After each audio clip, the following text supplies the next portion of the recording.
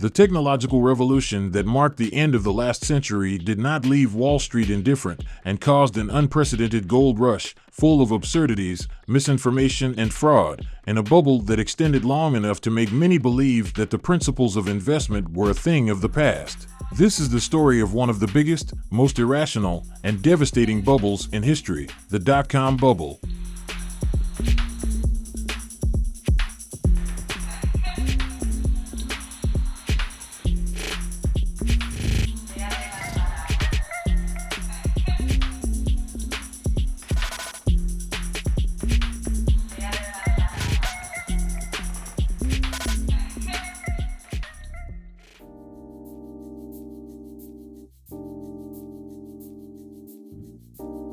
The technological developments of the 20th century gave rise to a revolution that would transform everything, radically changing the way we live, work, and connect.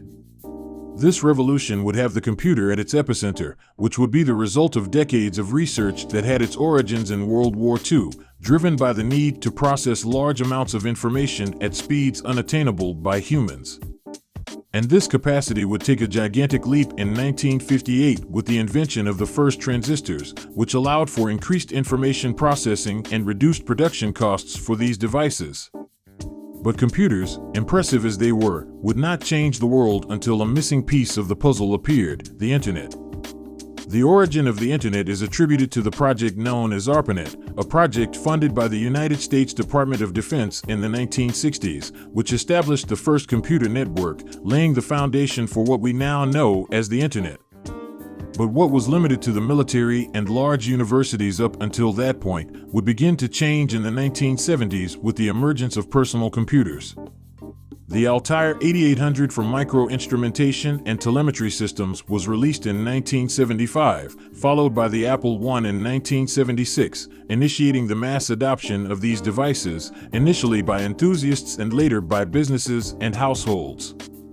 The 1980s would be characterized by the development of more intuitive and user-friendly operating systems like Windows and Macintosh, as well as specialized software such as Office, Adobe Photoshop, and Lotus, which made personal computers an indispensable tool in many industries.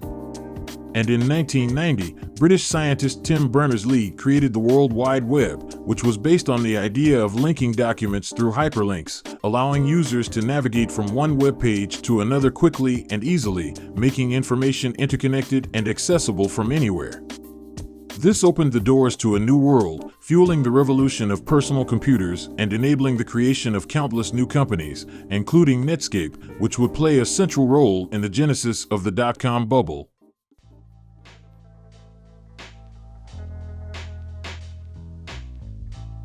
Netscape was one of the first internet browsers, and despite being a company that was not profitable, it conducted an IPO on August 9, 1995, marking the beginning of the dot-com bubble. IPOs are public offerings of shares primarily aimed at raising capital from investors to invest in the company's growth. While it is now common for companies to go public before generating profits, it was a new concept at that time. And when the stock rose by 108% on its first day of trading, it quickly signaled the start of a new phase in the market. After Netscape's IPO, IPOs of Yahoo, Spyglass, InfoSeek, Amazon, eBay, and countless other companies followed suit. These companies experienced significant price increases in their early days of trading, encouraging more and more companies to go public and capturing the attention of the public, who were strongly drawn to these gains, experiencing a genuine gold rush. This was facilitated by the low interest rates set by the Federal Reserve, making credit very cheap at that time, and a reduction in capital gains taxes from 28% to 20%, both of which resulted in a significant amount of money available to finance this bubble. This was further amplified by the fact that technology was experiencing massive adoption, and the Internet went from having 1 million users in 1990 to 16 million in 1995 and over 300 million by 2000. This led many people involved to firmly believe that the Internet would be the future and the companies operating in it would dominate the economy.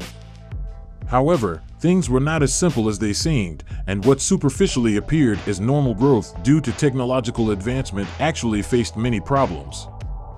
Firstly, The business model often proved to be no more efficient than its traditional counterpart, and there was no significant benefit in acquiring products or services through the internet compared to doing so directly at a physical location. Additionally, in order to gain customers, companies spent an excessive amount on advertising, which, while resulting in increased revenue, did not translate into profits because the value each customer brought to the business was significantly lower than what was being spent to acquire them. And while this is not uncommon in technology businesses, especially because most of them need to achieve sufficient growth to leverage economies of scale, reduce costs, and generate profits, there are limits, and it is necessary to have a prudent business model that does not excessively burn through capital, as was the case with these companies. To maintain funds for investment, they took advantage of the high price of their stocks to issue new shares, invest in revenue growth, and justify, at least based on this metric, the high price and enthusiasm for this type of stock. Because for a moment, Wall Street stopped focusing on these businesses' ability to generate cash flow and profits, and investors almost exclusively focused on revenues, which are easier to manipulate and led to a plethora of absurdities in the market. In October 1999, the 199 internet stocks tracked by Morgan Stanley had a market value of $450 billion, with revenues of only $21 billion, but collectively generated net losses of $6.2 billion. Secondly, precisely because of all this, these companies were heavily overvalued, and their stock prices reflected growth levels that were highly unlikely to materialize. Moreover, since the practice of issuing shares was so common to absorb capital, each share represented an increasingly smaller portion of ownership in the company.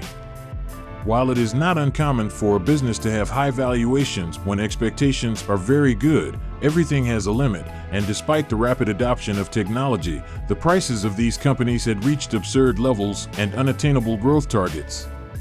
Thirdly, investment banks saw an enormous opportunity in this situation, which they did not always capitalize on in the best way. After experiencing significant growth in the 1980s, thanks in part to industry deregulation, increased competition emerged that significantly reduced the revenue they generated from stock-related transaction services, leading them to focus on IPOs.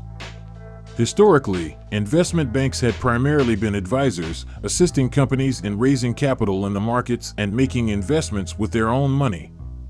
However, they began to increasingly involve themselves in the same operations they advised on in the market, often falling into conflicts of interest. During this period, they not only advised companies to go public but also acquired the shares themselves and sold them after the initial valuation, making a substantial amount of money. And while this was not illegal, it wouldn't be long before corruption took hold. Investment banks fueled the bubble by providing buy recommendations on stocks of companies they were selling because they knew they were overvalued, distorting information, and sometimes directly disseminating false information. This was a period that also experienced an explosion in entrepreneurship, with many people wanting a piece of the lucrative internet business. Investment banks took advantage of this and led many companies to enter the market, regardless of their lack of experience or results up to that point. IPOs went from 120 per year in the 1980s to over 500 during the peak of the dot-com bubble, with 1997 being the most extreme year with 827 IPOs, the year when Amazon would go public and become one of the protagonists of this story.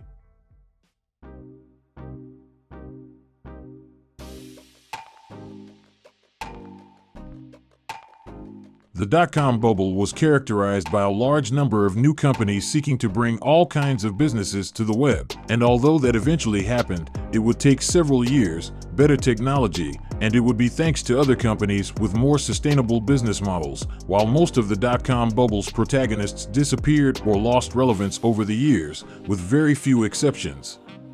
The clearest exception being Amazon.com.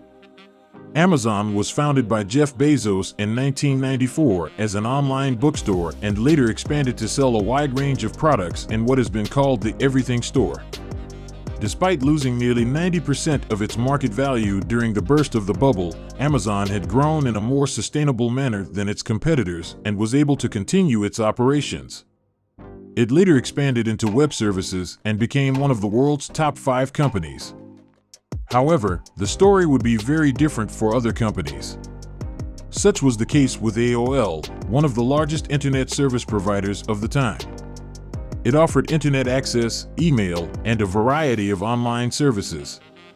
The company experienced explosive growth during the dot-com bubble due to the demand for internet services, but later struggled to adapt to increasing competition, and poor management turned it into a mere shadow of its former self. The same fate awaited Yahoo! This company, initially known as a web directory, expanded to offer a wide range of online services, including email, news, and search. During the dot-com bubble, Yahoo experienced rapid growth and became one of the leading internet portals. However, the company faced subsequent difficulties due to competition from companies like Google and Microsoft, and other companies that were well known at the time, with commercials during the Super Bowl and heavy investments in advertising would completely disappear. One such case was Pets.com, a company dedicated to selling pet products online. Through its famous mascot puppet, it tried to establish a recognizable brand, but failed to generate enough revenue to offset its high costs. Pets.com became a symbol of the irrationality of the dot-com bubble and was characterized by providing practically no added value and only grabbing attention because of the dot-com aspect, without providing efficiency, discounts, or anything relevant to its customers. The same fate awaited Webvan, a company that focused on grocery delivery. Despite receiving a significant amount of investment, it failed to achieve profitability and ultimately declared bankruptcy in 2001 after the burst of the bubble.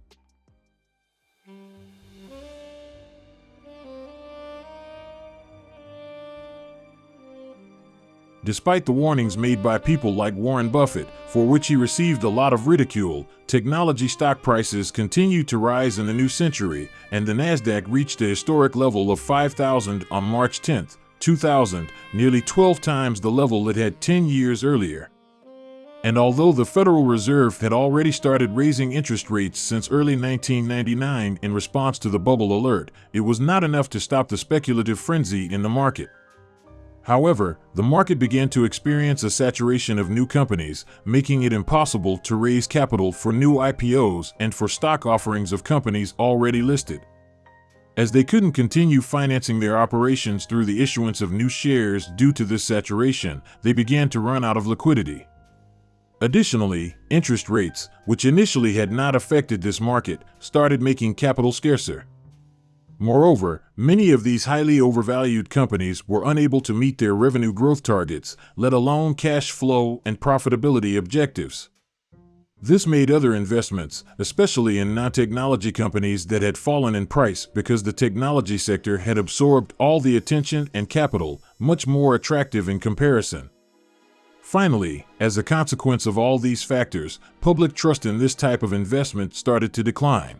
On March 10, 2000, the Nasdaq reached its peak of 5,132 and then began to decline until it reached 1,100 in October 2002. It would not reach that peak again until April 2015, more than 15 years later. The only way to improve your chances of avoiding such losses is by learning how the market works. And you can learn it through audiobooks, so access a 30-day free trial of Audible through the link I will leave in the description. The impact of the dot-com bubble burst was devastating to the economy, leading to the bankruptcy of over half of the thousands of companies that had been created, resulting in the loss of thousands of jobs, approximately $5 trillion in losses for investors, and triggering a recession.